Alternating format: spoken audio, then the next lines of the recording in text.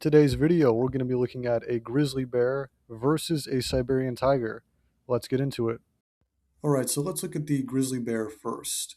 On average, a male in the wild, we're looking at about 400 to 700 pounds. However, even coastal grizzlies get even bigger than that. They're going to be 900 plus pounds, and they can even get over 1,000 pounds. So when it comes to the size, I would definitely say a grizzly takes this substantially. A Siberian tiger, on the other hand, we're looking at about 350 to maybe 500. I say maybe 500 because some of them are like 350 to 420. Some of it's like upwards of 500, 600 pounds. I would say the closest estimate is honestly like about 400 pounds. So I'd say all in all, the grizzly bear is pretty much going to be a couple hundred pounds heavier. It's pretty much going to have a substantial weight advantage. I mean, there's really no way around that. I mean, it's probably 900 plus to maybe 500 plus, maybe even 600 at best for a Siberian tiger. It's going to be outmatched weight wise, probably by a good couple hundred pounds. All right, so now let's look at the PSI. As far as the bite force goes for a grizzly, we're looking at about 1160 PSI. We're looking at 1050 for a Siberian tiger. So just a slight advantage for the grizzly bear. All right, so for the next part, we're looking at speed and endurance. A tiger is about 30 to 50 miles an hour in a short sprint, but it does like a short explosive attack. It's not going to go long distances at a pretty quick speed. It's more fast and a pretty short distance. A grizzly, however, they can also go pretty fast though. I mean, we're talking like 35 to 45, so they're just slightly slower in raw speed, but they do make up quite a bit more endurance, though.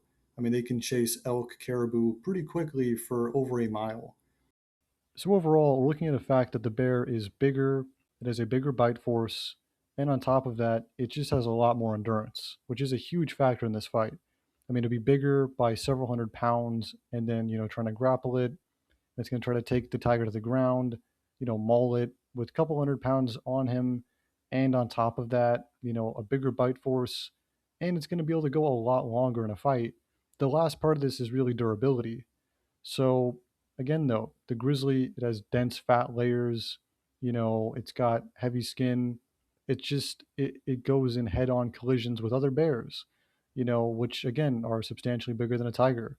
At the end of the day, a tiger is made for more evasive, swift movements. A lethal kind of one-shot kill kind of an animal. So ultimately speaking, the durability also largely, maybe the biggest thing, it just is far more durable than a tiger.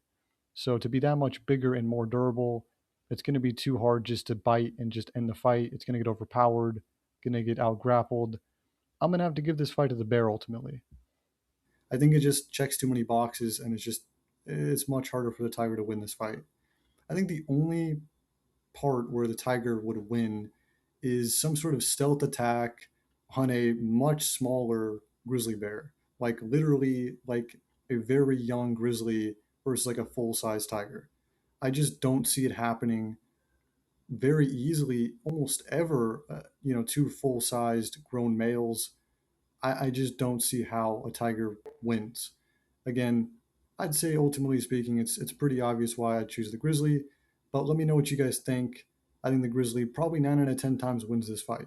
I do think there's some hope for the tiger, but it's going to have to rely on a stealth attack or just doing it very quickly against a much smaller bear.